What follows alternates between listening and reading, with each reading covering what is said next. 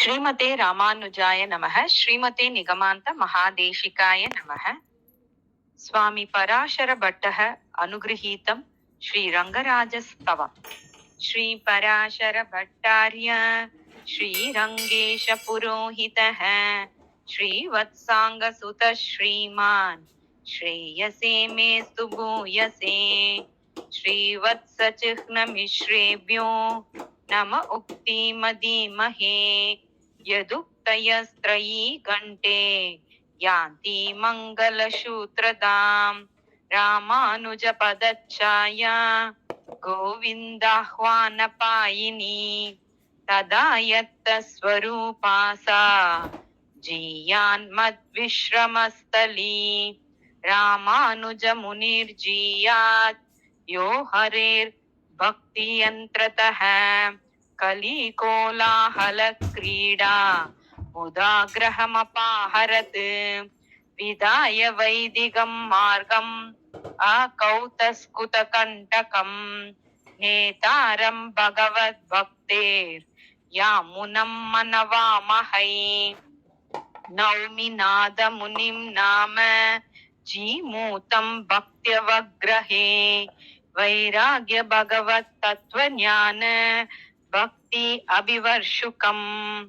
ऋषिं जुषामहे कृष्ण तृष्णा तत्त्वम् इवोदितम्। सहस्रशाखां यो द्राक्षीत् द्राविडी ब्रह्म संहितां। नमः श्रीरङ्गनायक्यै यद्भ्रूविभ्रमभेदतः ईशेषितव्य वैषम्य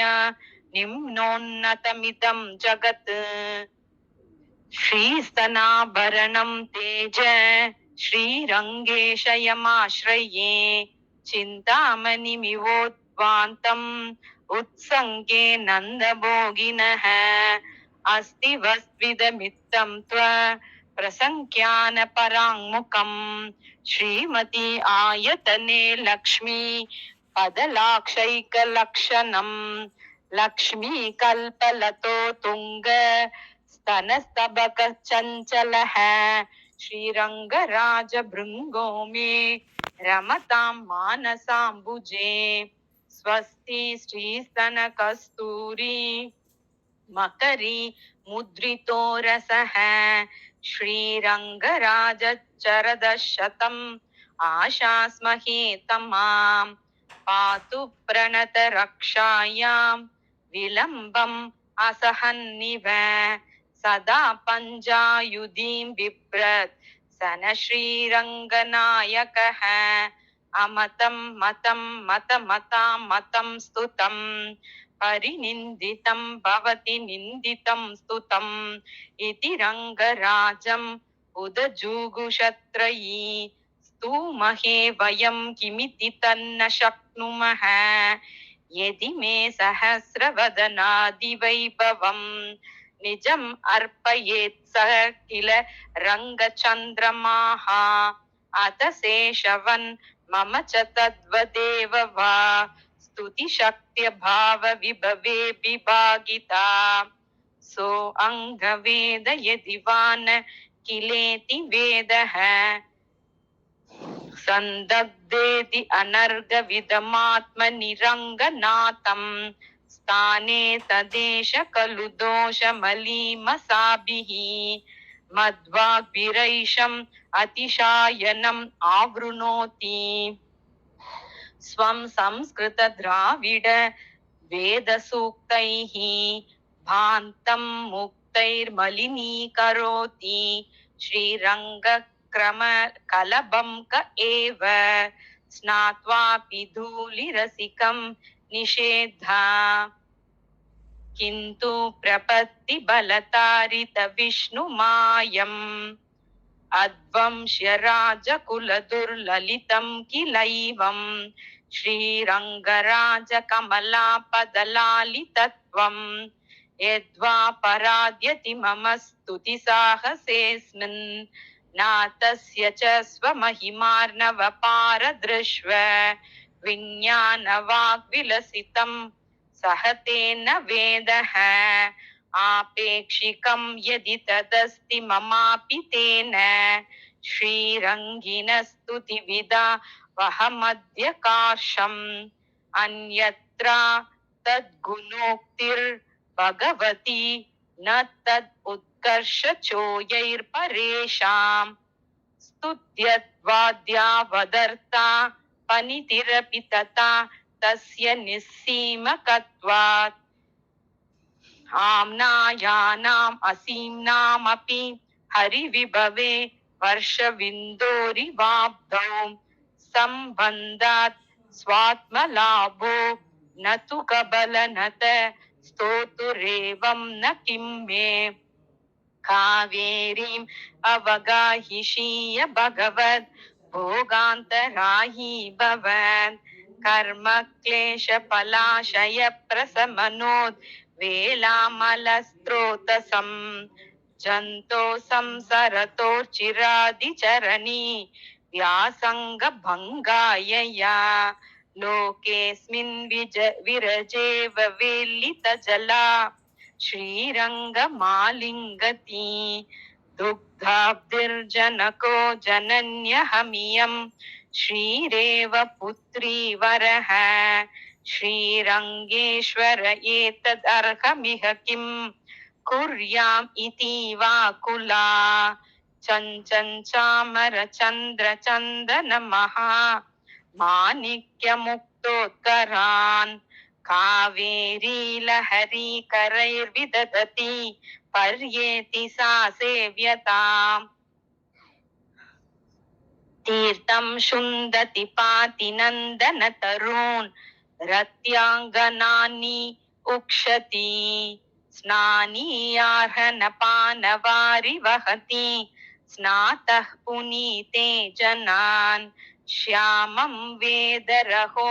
व्यनक्ति पुलिने तेनैर्हसन्तीव तत् गङ्गां विष्णुपदी त्वमात्रमुकरां हेमापगाहन्त्वगम् अगणितगुणावद्यं सर्वं स्थिरत्र समप्रतीं क्रियमपि पयपूरैर् आप्याययन्ति अनुजाग्रती प्रवहति जगद्धात्री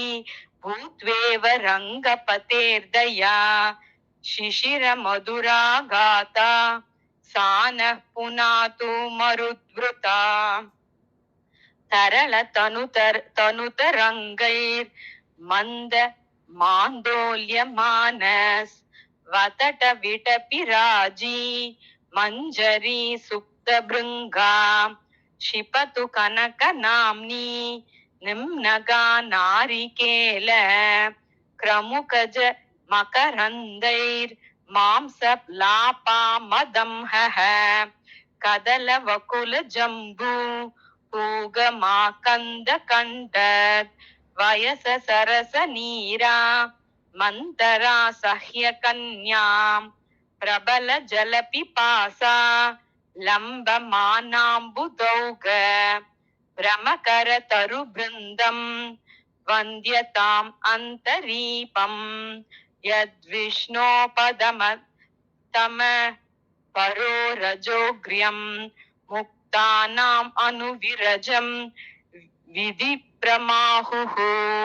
तत्पुण्यं पुलिनम् इदन्तयाद्य मध्ये कावेरी स्फुरति तदीक्षिषीय नित्यम् त्रय्यन्त प्रहति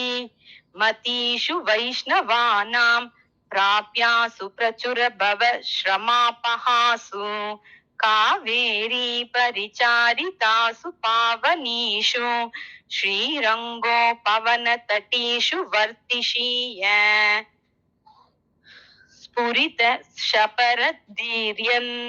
नालिकेरी गुलूच प्रसृमर मधुकुल्या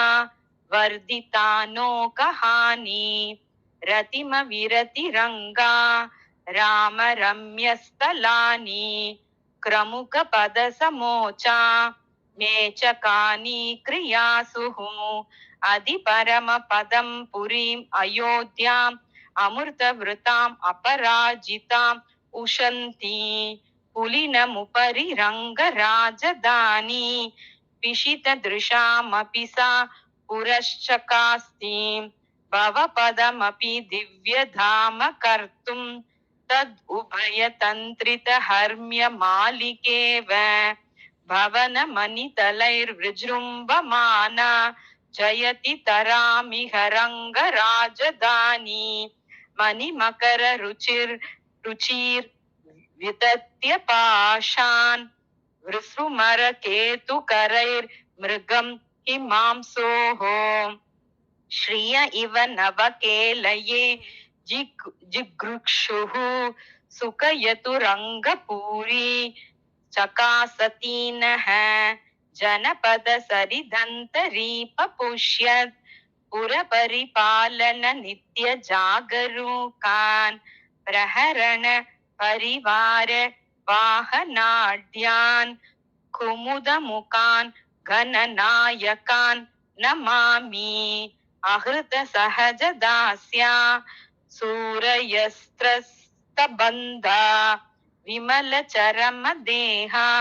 इत्यमीरङ्गधाम महितमनुजतिर्यङ् स्थावरत्वश्रयन्ते सुनियत मितिह्स्म प्राहुरेभ्यो नमस्तात् श्रीरङ्गदिव्यभवनं भुवि गोपुराणां प्राकारितेन निकरेण गुरुत्मतेव पार्श्वप्रसारितपतत्रपुटेन भक्त्या नानातनुभिरुपगूढम् उपज्ञयामः प्राकारमध्याजिरमण्डपोक्त्या सद्वीपरत्नकररत्नशैला सर्वं सहारङ्गविमानसेवां प्राप्तेव तन्मन्दिरम् आविरस्ति जिदबाह्यजिनादि मणिप्रतिमा अपि वैदिगयन्निवरङ्गपुरे मणिमण्डप वक्त्रगणान् विदते परकालकवि प्रणमे महितान् स्मेराननाक्षि कमलैर्नमतः पुनानान् दंष्ट्रा गदा भ्रुकुटिभिर्द्विषतो दुनानान् चण्ड प्रचण्ड मुखतः प्रणमामि रङ्गद्वारावलीषु चतश्रुस्व धिकारभाजः सर्वात्मसाधारण नाथगोष्ठी पूरेऽपि दुष्पूर महावकाशम् आस्थानम् आनन्दमयं सहस्रस्तूना दिनां नाथा मवाप्नवानि विहरति हरौ लक्ष्म्या लीलादपत्रपरिष्क्रिया विनिमय विदासूनासूनि क्रिया सफलोत्पलाम् अत मुनिमन पद्मेषु अब्जा सहाय विहारज श्रमहर तटीं यामस्तां मैन्दवीं अरविन्दिनीम् तापत्रयी मैन्दव पुष्करिण्यां निमज्ज्य निर्वापयितास्मि यस्याः अभ्यासतोपाम् अगमर्षणीनां चन्द्रसुधादीतिताम् अवाप पूर्वेण तां तद्वत् उदर निम्न प्रसन्नशीताशय मग्ननाथाः पराङ्गुशाद्या प्रथमे पुमांसो निषेधिवांसो दशमां दयेरन् आधार शक्तिम् उपरि प्रकृतिं परेण तां कूर्ममत्र पनिनं पृथिवीं पनासु पृथ्व्यां पयोधिम् अधितन्नलिनं निधाय श्रीरङ्गधाम सुनिविष्टम् अभीष्टवाणी परेण नाकं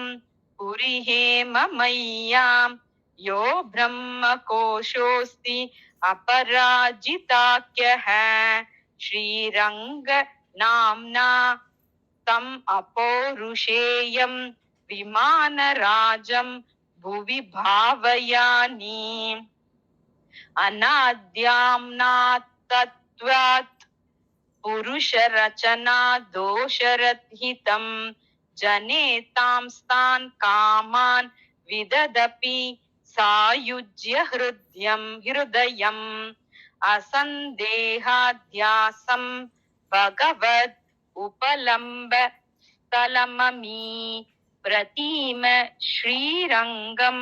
श्रुतिशत समानर्दि शरणम् अपि पनिपति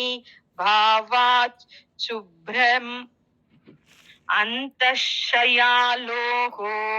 मरकत सुकुमारैर् रङ्गभर्तुर्मयूकैः सकल जलदीपान श्याम जीमूत जैत्रम् पुलकयति विमानं पावनं लोचनेन व्यापी रूपमपि गोष्पदयित्वा भक्तवत्सल तयोजितवेलं तद्विषन्तपनृकेसरी रूपं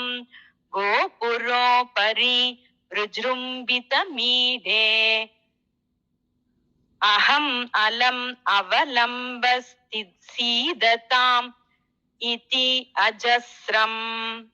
निवसद् उपरि भागे गोपुरं रङ्गदाम्नः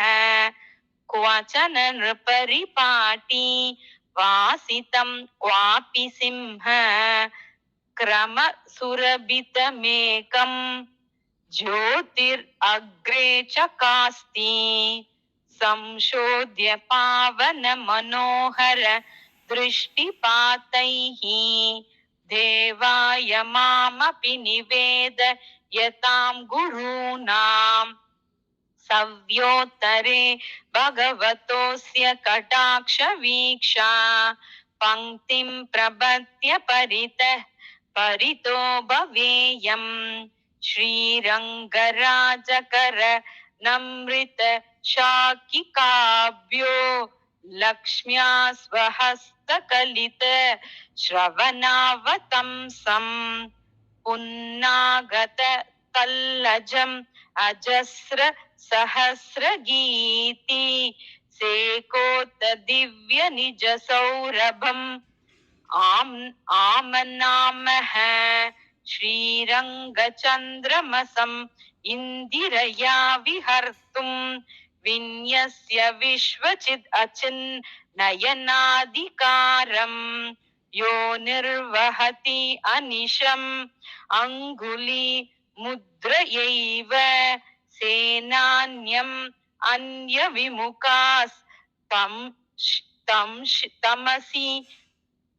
श्रियाम धुरीन प्राणसहायां सूत्रवतीं श्रियम् अम्बां श्रीपदलाक्षा लाञ्छित सेवा प्रोतलसद्धोर्वल्लि विलासाम् विदधतु सुखं विश्वक्सेनस्य ते प्रथमे भटाः करिमुख जयत्सेनौ कालाह्व सिंहमुखौ च नः जगति भजतां तत्तत् प्रत्यूह तूलधवानलाः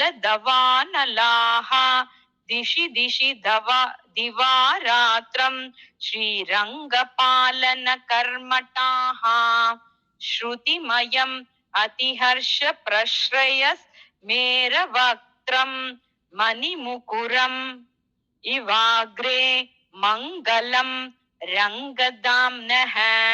शरणमभिगताः स्मो यत्र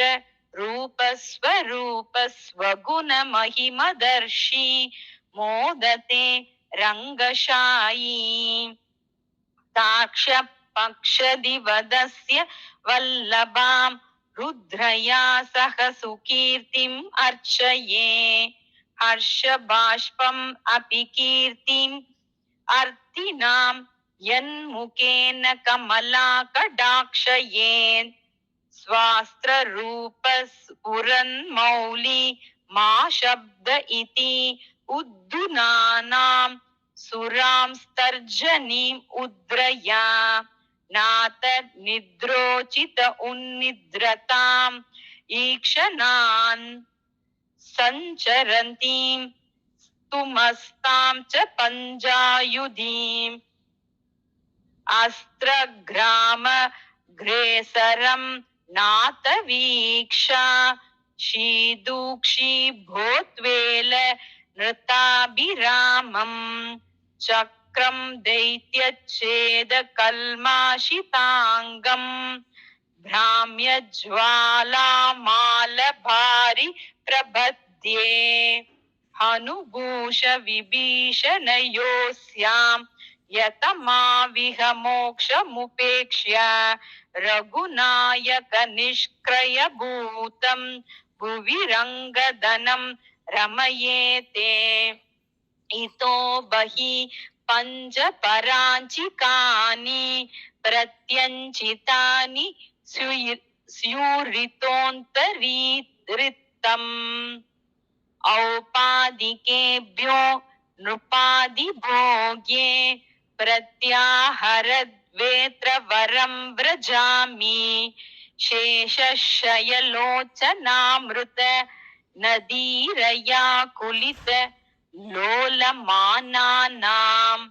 आलम्बम् इवामोद स्तम्भद्वयम् अन्तरङ्गम् अभियामः श्रीरङ्गान्तर्मन्दिरम् दीप्रशेषम् श्रीभूमि तद् उभय तद् रम्य जामातृगर्भम् पश्येम श्रीदिव्यमाणिक्यभूषा मञ्जूषायास्तुल्यम् उन्मीलितायाः लीलालता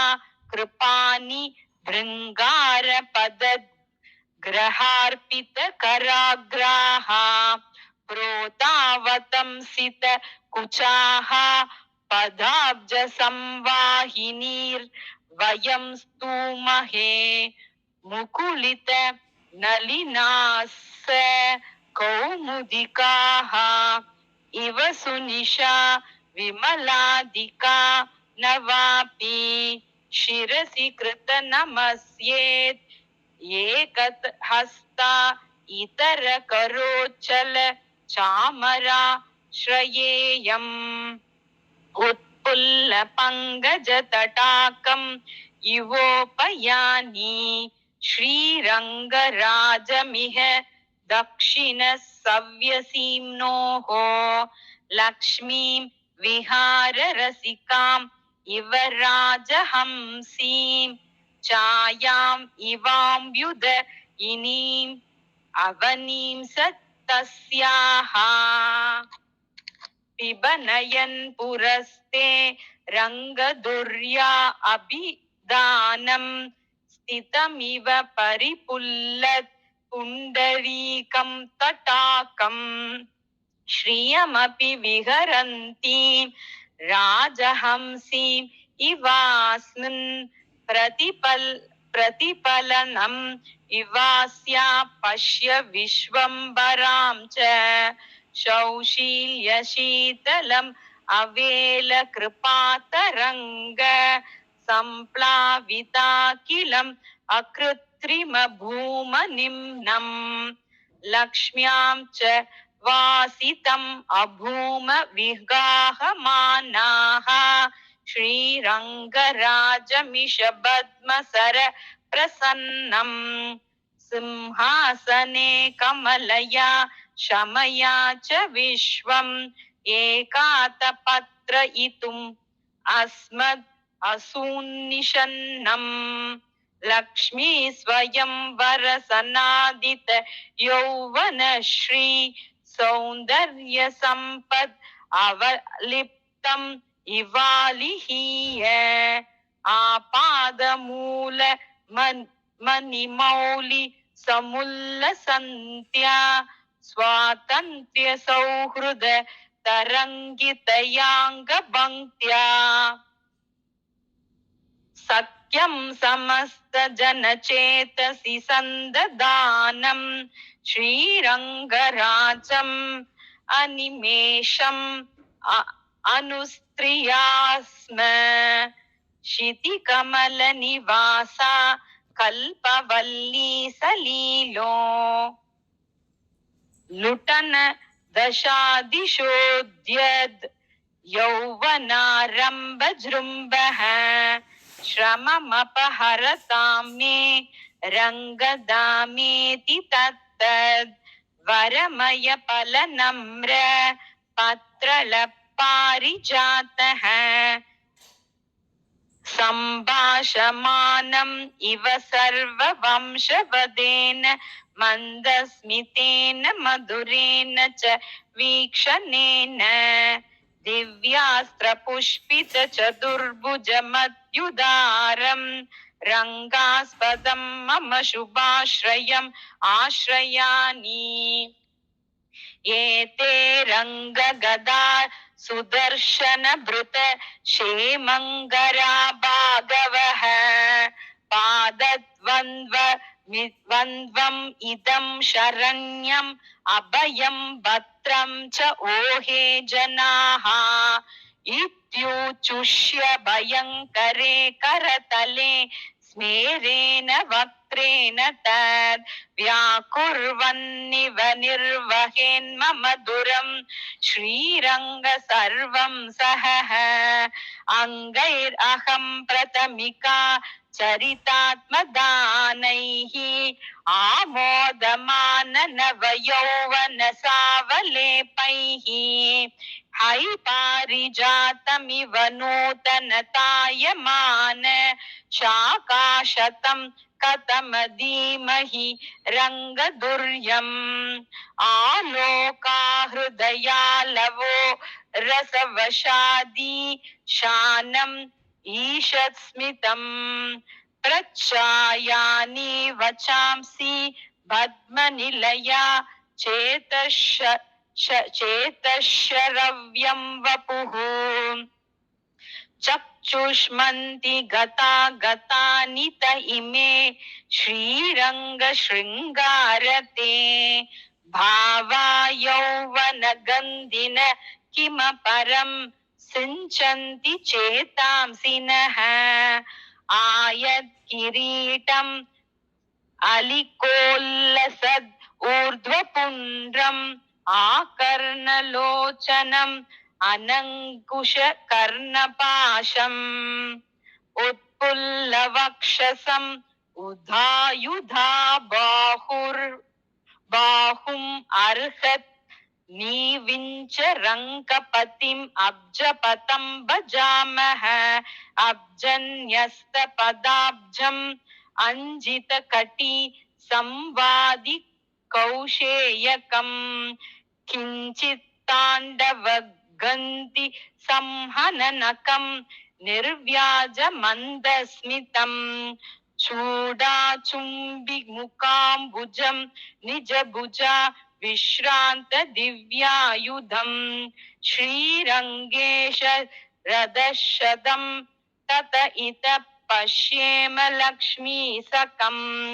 अग्रे ताक्षेण पश्चात् अहिपतिशयनेनात्मना पार्श्वयोश्च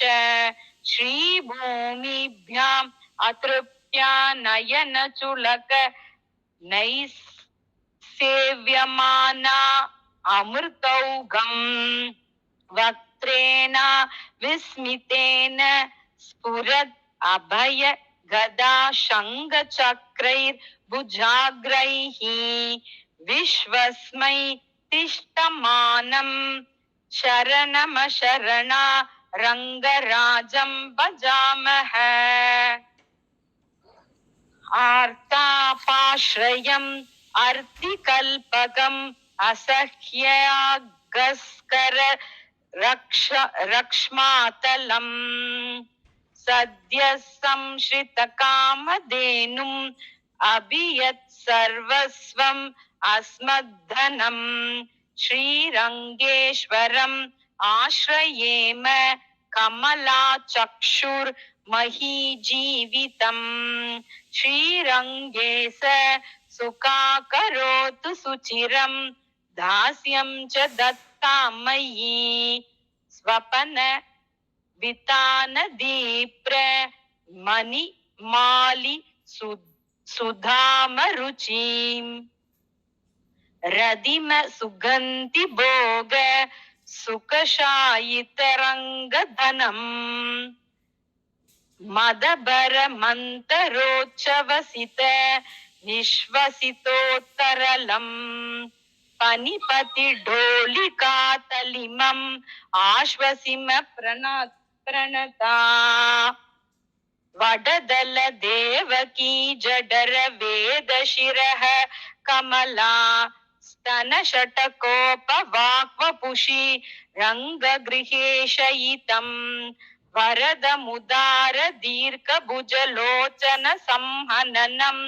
पुरुषम् उपासिशीय परमं प्रणतार्तिहरम् उदति परम व्योम्नोत् विस्मृत्य पद्मवनालया विनिमयमयीं निद्रां श्रीरङ्गनामनि दामनि पनिपरिबृढस्पार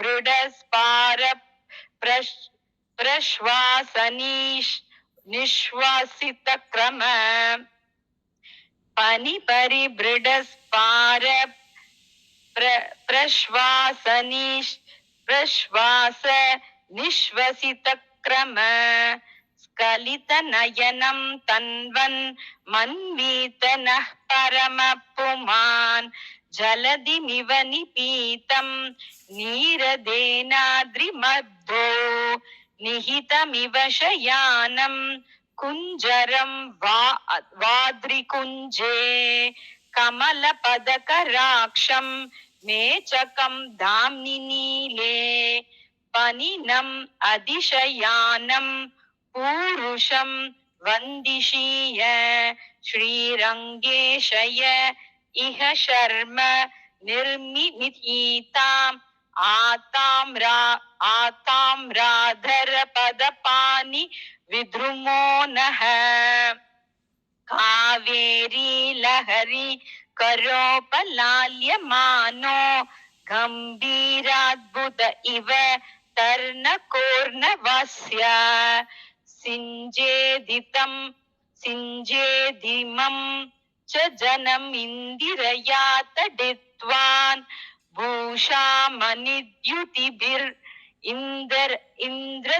इन्द्रधनुर्दधानः श्रीरङ्गदामनि दयारस निर्भरत्वाद्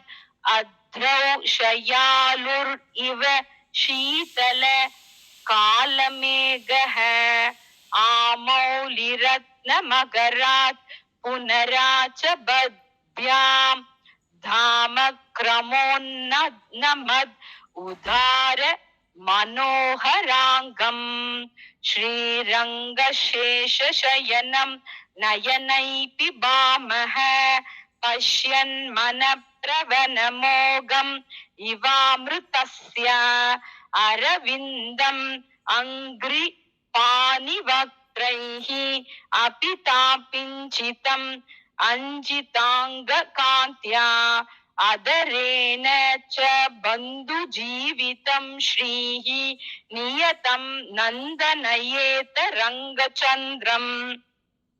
अन्योन्यरञ्जकरुचो नुपमान शोभाः दिव्यस्रग्बर परिष्करणाङ्गरागाः संस्पर्शत पुलकिता इव चिन्मयत्वात् रङ्गेन्तु कान्तिम् अधिकाम् उपबृंहयन्ति द्रुतकनक गिरि परिमिलद उदति प्रचलित लहरी वदम वद अहमिकया स्नापयति जनम इमं अपहरति तमः पनिशय मरतक मणि किरणगणः भोगीन्द्र निश्वसित सौरभवर्धितं श्रीनित्यानुशक्त परमेश्वर भावगन्धी सौरभ्यम् आप्लुत दिशावधिरङ्गनेतुः आनन्द सम्पदि निमज्जयते न मनांसि रङ्गभर्तुरपि लोचन चर्चां साहसावलिषु लेखयमानम् पुष्पहास इति नाम दुहानं सौकुमार्यम् अतिवाङ्मनसं नः एकैकस्मिन् परम् अवयवे नन्त सौन्दर्यमग्नम् सर्वं द्रक्ष्ये कथमिति मुदा मामता मन्दचक्षुः त्वां सौभ्रात्र व्यतिकरकरं रङ्गराजाङ्गकानां कल्लावण्यं परिणमयिता विश्वपारीन वृत्ति वपुर्मन्दारस्य प्रथम कुसुमोल्लास समयः क्षमा लक्ष्मी भृङ्गी सकल करोन् मादन मधु विकास सौन्दर्य सृजी रसिकता शीधु चुलको युवत्वं रङ्गेन्दो सुरभयति नित्यं सुभगता किरीट चूडरत्ना राजिर आदिराज्य जल्पिका मुकेन्दु कांतिर उन्मुखम तरंगितेव रंगिनः शिखारत्नोद्दीप्रं दिशि दिशि च माणिक्यमकरी लसशृङ्गं रङ्गप्रभु मणिकिरीटं मनुमहे समुतुङ्गस्फीतं चिदचिद् अधिराज श्रिय इव प्रिया क्रीडं चूडामणिमपि नितम्बं तमभितः विहरतु मयि रङ्गिनश्चूलिका भ्रमरक तिलकोर्ध्वपुण्ड्रोज्ज्वलम् मुखम् अमृत तटाक चन्द्राम्बुजस्मय हर शुचि मुग्ध मन्दस्मितं मुख पुण्डरीकम् उपरि त्रिकण्डकं तिलकाश्च केसर समासमौक्तिकाः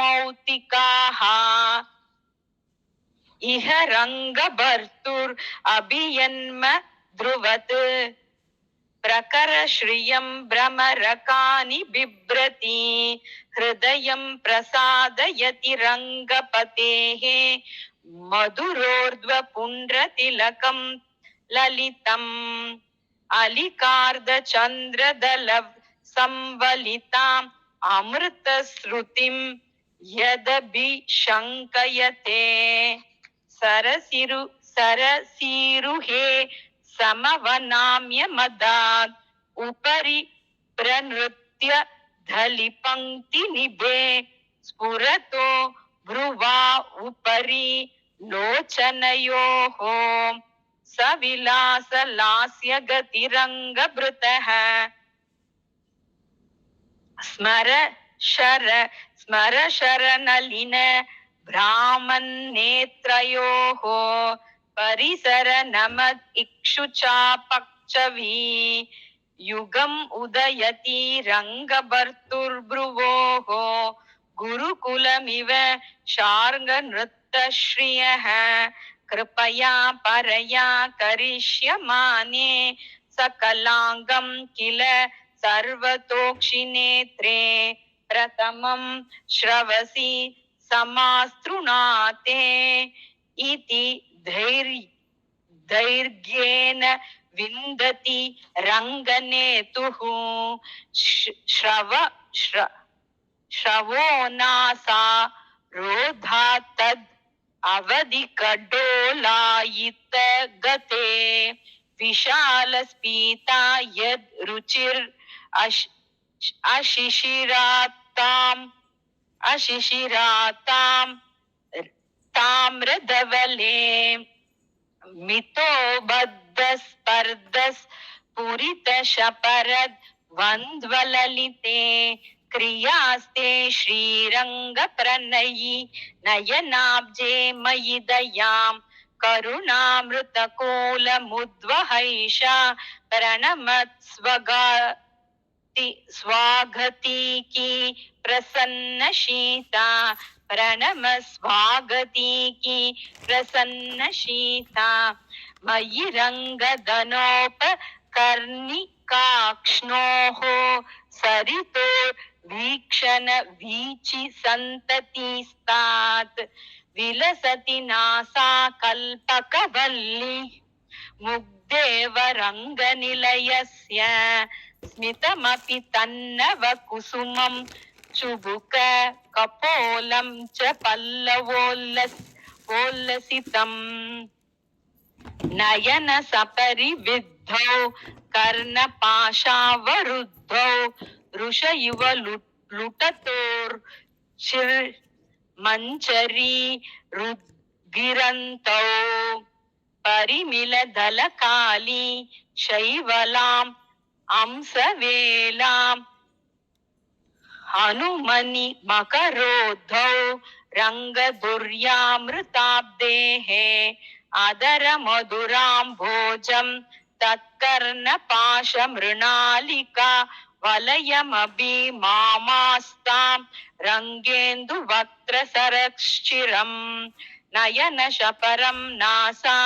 शैवालवल्लरिकर्णिका मकरम् अलक श्रेणी पर्यन्त नीलवनावली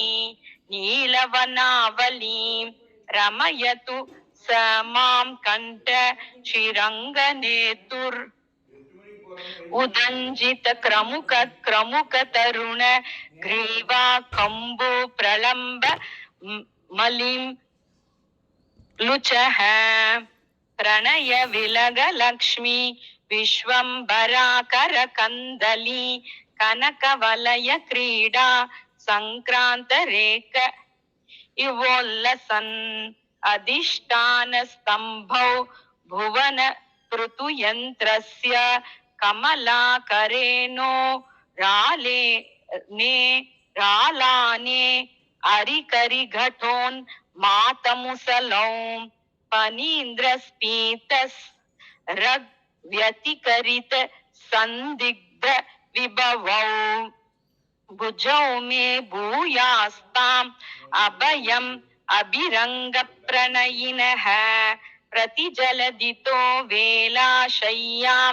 विभीषण कौतुकात् पुनरिव पुरस्कर्तुं श्रीरङ्गिन पनिपुङ्गवे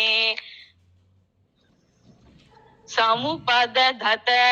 कञ्चित् प्रसारयतो भुजद्वयम् अपि सदा दान श्रद्धालु दीर्घम् उपास्महे कुसुम भरालसौ स्फटिक वेदिशयौ विटपाम् अमरतरो परं परिहसन् पृथुरङ्गभुजः बहुमनि मुद्रिका कनक कंकन धोर्वलयै किसलयी धोर्द्वयं पनिनि निर्भर सुप्तिम् इमः मद्रक्षाव्रत कौतुके सुकटके विक्रांति कर्णे जपे शार्ङ्गज्या किन कर्कशीम्नि सुमनस्रङ्मोहने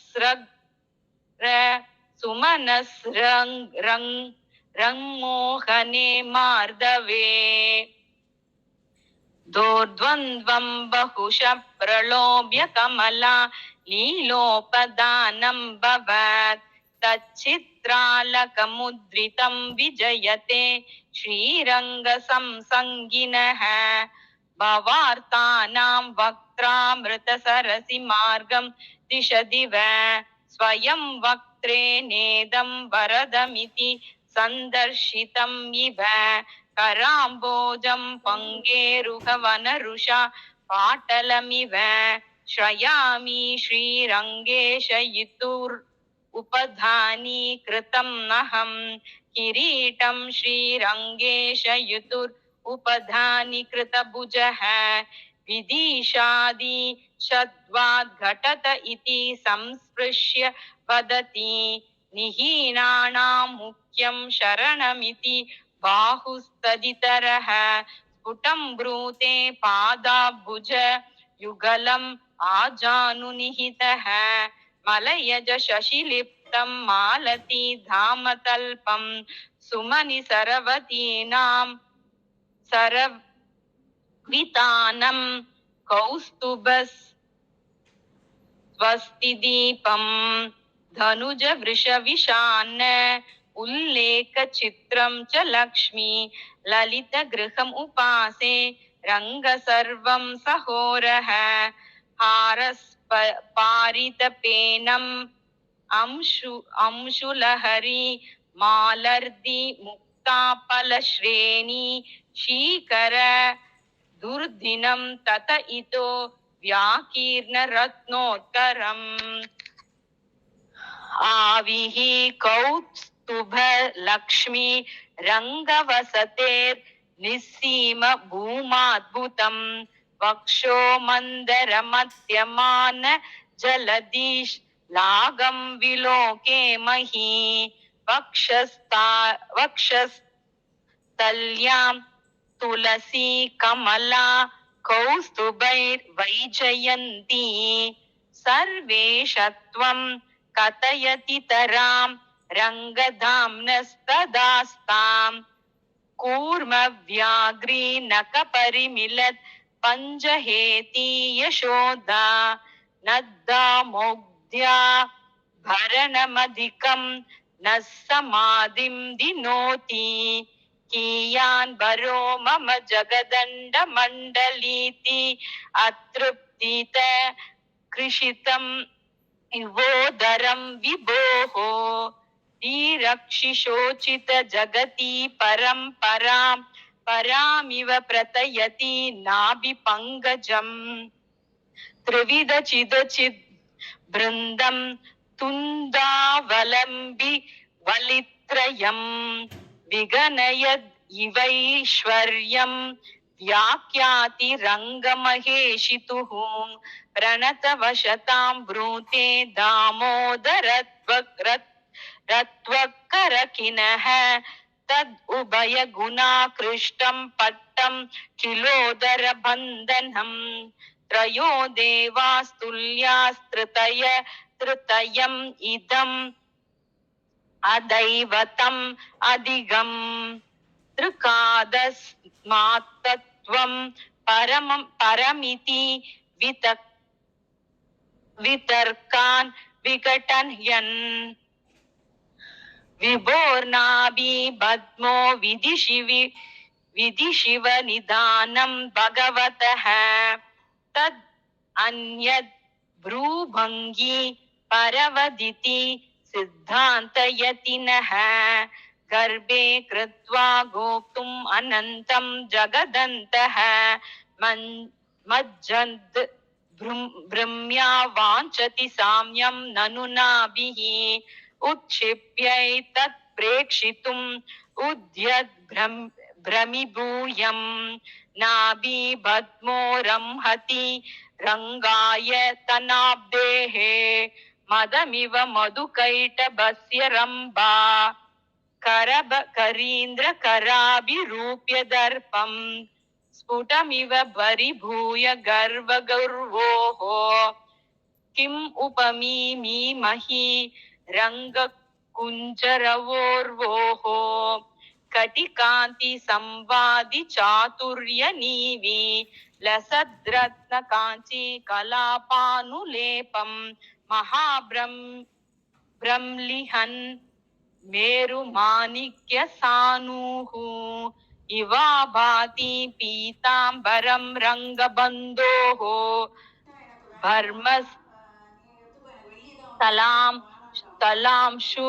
धर्मस्थलांशु परिवेश इवाम्बुराशेः सन्ध्याम्बुवाहनिकुरम्बम् इवाम्बरस्य शम्पाकदम्बकम् इवाम्बुमुचो मनोनः पीताम्बरं पिबति रङ्गधुरन्धरस्य वैभूषण्यां कान्तिराङ्गी निमग्ना विश्वदृची क्वापि सोन्मादवृत्तिः जाने जानुद्वन्द्वार्ता वित्वर्तो जात श्रीमद् तुङ्गलयस्य श्रीरङ्गे शयजङ्गे श्रीभूम्याम् हर्ष कण्टकिते तत्केलिनलिन मांसलनालद् वय ललितम् आचरतः वन्दारु बृन्दारक मौलिमाला युज्जान चेतकमलाकरेभ्यः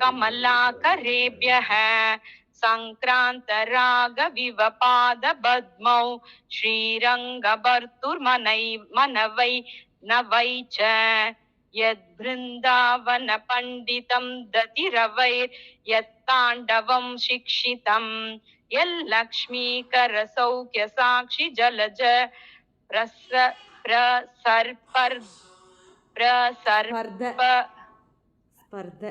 प्रस्पर्ध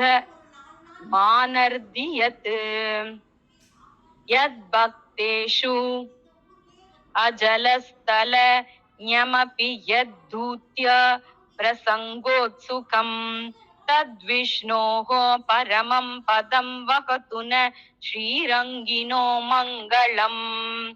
सिञ्चान श्रुति शिञ्चिनी मणिरवैर् वज्रारविन्दध्वज